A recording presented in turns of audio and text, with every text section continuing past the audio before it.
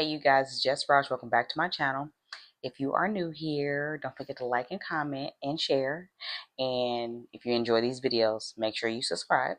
And if you're already a subscriber, not a subscriber, just scrolling on my stuff, hit that notification bell button. Okay, baby. So every time I upload a video, you guys will know. And today we are going over questions 139 to 145. Let's get to it. All right, so 139. Which of the following may require probing and dilating in pediatric patients with upper respiratory infections? A. Sinus cavities. B. I don't remember how to say this. Eustachian. Eustachian tube. There we go. Sound like something else. C. Nasolacrimal duct. Or D. Tympanic membrane. And I got that wrong. I picked sinus cavities, but it's actually nasolacrimal duct. Okay. Why is that? Let's see. The nasolacrimal duct carries the lacrimal fluid and tears into the nasal cavity. The duct can be obstructed in pediatric patients who experience chronic IRIs. All right, good to know. Next, 140.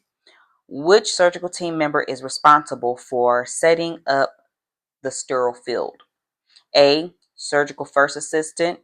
B. Surgical technologist. C. Circulating nurse. Or D. Surgeon. I got this right. Of course, baby, that's what you're here for. You're the surgical technologist. You're the one who sets up the back table. Okay? You set up the back table. All right? That's what you're here for. Remember that. Okay? 141. In what circumstances would a cell saver transfusion be contraindicated? Contraindicated. Yeah, that's it. Contraindicated.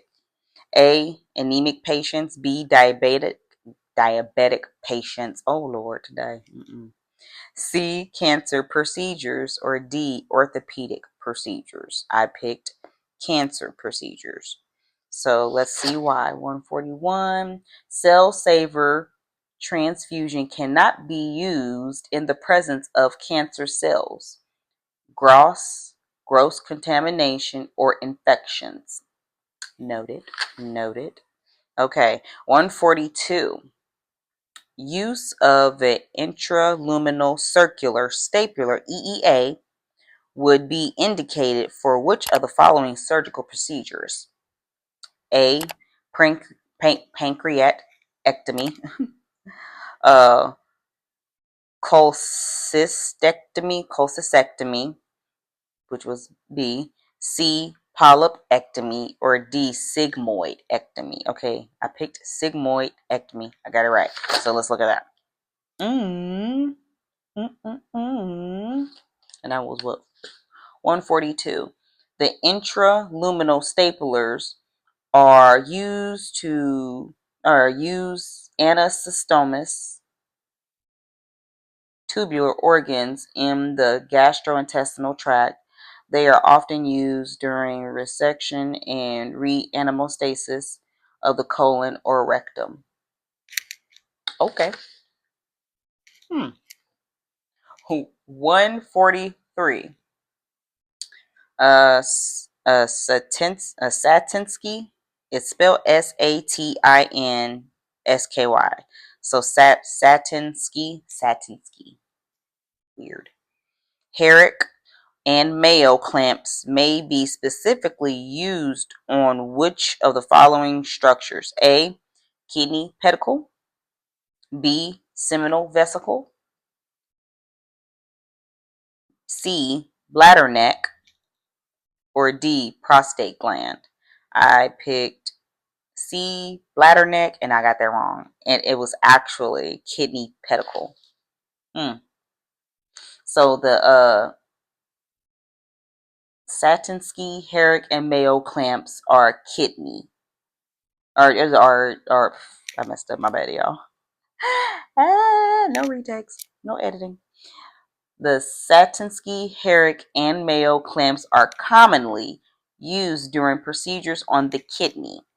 Specifically, they are clamped onto the kidney pedicle. Okay. Mm. Mm.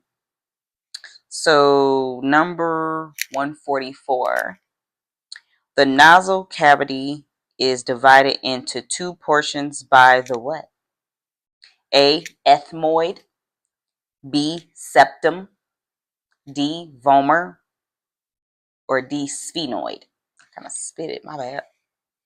Giving the camera a shower. But yeah, I got it right. I picked B. Septum, divided in two portions in the nasal cavity. Just for you to know. And why is that right? The nasal cavity, nostril cavity is whichever one how you want to say nasal, novel, potato, tomato, tomato. Okay, is divided into left and right sides by the nasal septum. Cool. So, okay, so this is going to be like one of those quick videos because I was able to get through these very, very fast. So, last one, 145. Which of the following is used by the surgeon to intermittently remove prosthetic tissue fragments during a TURP? TURP. TURP. A. Randall forceps. B. Wire snare. C. Ehrlich elevator. Or D. Pole suction. That would be C. Ehrlich evacuator. Okay, let's see why. The Ehrlich evacuator is filled with irrigation solution by the first scrub surgical technologist, right? It is used by the surgeon for the irrigation evacuation of the bladder to remove prosthetic tissue during a TURP. Interesting. I've seen a few TURPs. I have. Interesting. Very interesting. It's like a lot of times you really don't have to do nothing when it comes to stuff like with the bladder because they're doing all the work. Because when they was doing kidney stones and stuff like that, I was seeing him watching like one of the surgeons was breaking up the kidney stones and stuff like that. I was just watching it through the camera and everything and just, yeah, they remove tissue and everything. But it's interesting. Like I said, a lot of these surgeries are interesting, yo. So you can always find something that fits you. Okay. Even if it's general surgery. General surgery is not bad. I actually enjoyed it. But one thing I will say is if you do pick a specialty, they say if you don't use it, you lose it. That's why I kept all my shit. Okay. So if I ever had to go slide back through to that OR room, I can pick a book up and study a little bit, do a refresher. Okay. Some people sell their books after they graduate. It is solely up to you if you want to keep your books. I kept my books.